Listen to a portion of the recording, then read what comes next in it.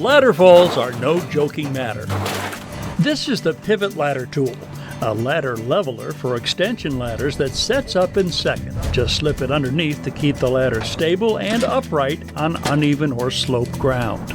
The ladder tool can be used in several other ways. It hooks over any extension ladder rung to provide a safe, stable support surface. The pivot platform snaps onto the ladder tool, providing a handy work surface for a roller tray or a 1-gallon or 5-gallon can.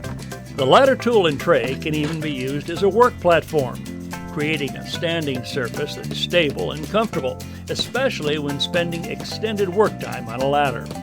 This versatile system is ideal when it comes to working on interior stairwells. The ladder tool is placed on a step with these gripper fingers preventing slipping. The extension ladder is then set on top of this anti-slip grit surface. A second ladder tool is snapped onto one ladder rung, and a plank is placed on top with the opposite end resting on a step or landing. The resulting scaffold provides a stable platform that allows access to the entire stairwell.